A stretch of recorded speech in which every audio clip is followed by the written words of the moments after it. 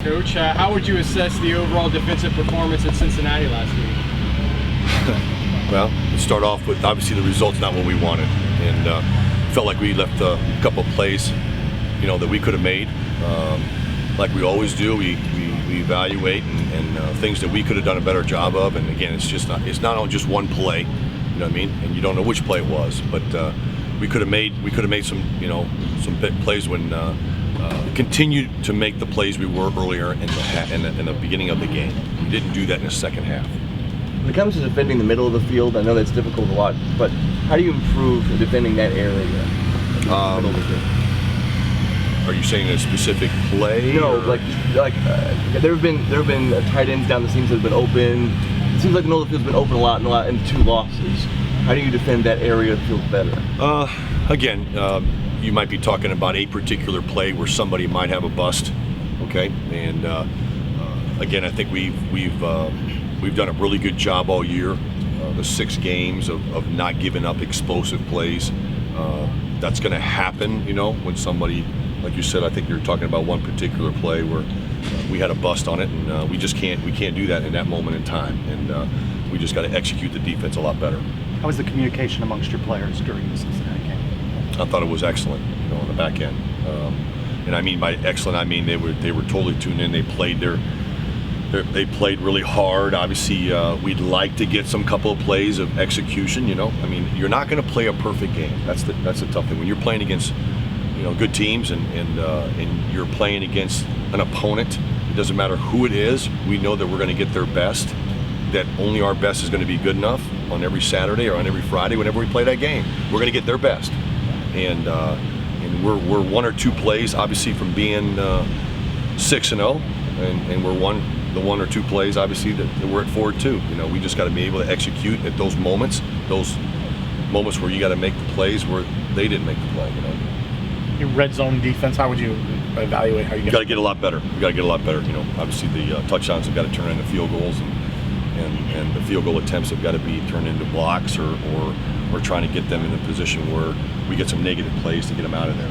We got to do a better job. We're a lot better at it last year, and that's been the main focus in this off week, and we got to do a better job. You talk about those 1 or 2 plays being the 2 losses, being on the road. Is there anything about that stood out to you or to the coaches about? I just think it's execution. Okay. Again, it's defense. You got to play. All 11 guys got to be on the same page, and one guy messes up. We all mess up.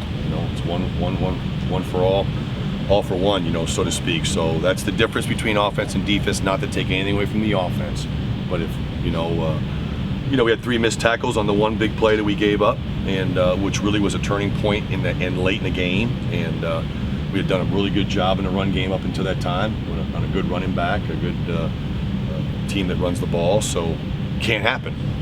Those are the things that we've got to get better at and keep on working at. Are you noticing a different level of intensity from the teams you're playing this season? I don't think it's any different than last year. Again, when you're a defending champ, and that's the great thing about being a champion. Everybody's going to gun for you. And the greatest accomplishment would be is if we can continue to be successful, at winning games. And taking 1 game at a time, and because we're going to get their best. I think the guys embrace it.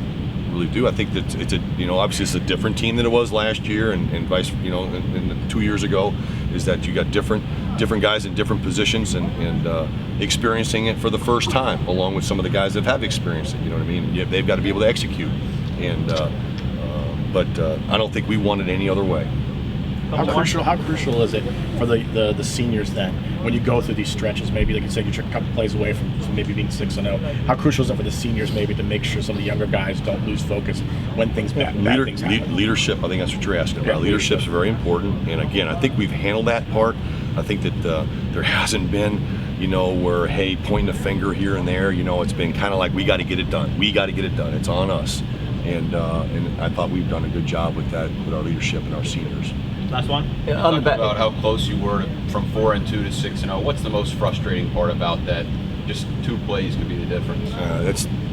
That's why you play the games. I mean, we work so hard. We all do. In this profession.